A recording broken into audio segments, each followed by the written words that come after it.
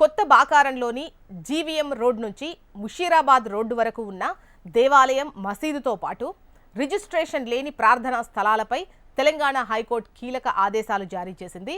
అక్రమ నిర్మాణాలను తొలగించాలని ఫిబ్రవరి 6 మంగళవారం రోజున జీహెచ్ఎంసీ రెవెన్యూ అధికారులను ఆదేశించింది.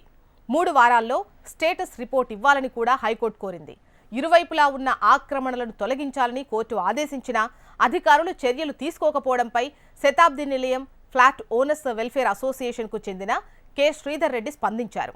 హైకోర్టులో దీనిపై పిటిషన్ దాఖలు చేశారు. గతంలో ఇచ్చిన కోర్టు ఆదేశాల ధిక్కరణ కేసుపై జస్టిస్ అభినంద్ కుమార్ షావిలి, జస్టిస్ నామవరపు రాజేశ్వరరావులతో కూడిన డివిజన్ బెంచ్ తాజాగా ఈ ఆదేశాలు జారీ చేసింది. ముషీరాబాద్లోని జనప్రియ అబోర్డ్స్ అపార్ట్మెంట్కు వెళ్లే రహదారి అక్రమ నిర్మాణాలపై శ్రీధర్ రెడ్డి 2022లో హైకోర్టును ఆశ్రయించారు. దీంతో ఆక్రమణలను తొలగించాలని కలెక్టర్, జీహెచ్ఎంసీ అధికారులను కోర్టు ఆదేశించింది.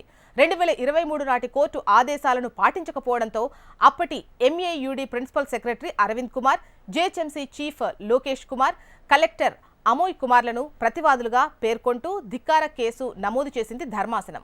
అధికారులను బదిలీ చేసినా ఎలాంటి చర్యలు లేవని పిటిషనర్ వాపోయారు. ఆ తర్వాత GHMC commissioner Ronald Ross, collector Anudeep తూరిశెట్టికి కోర్టు సమన్లు జారీ చేసింది. ఇద్దరు అధికారులు కోర్టుకు హాజరై 4 వారాల్లోగా కోర్టు ఆదేశాలను పాటిస్తామని చెప్పారు.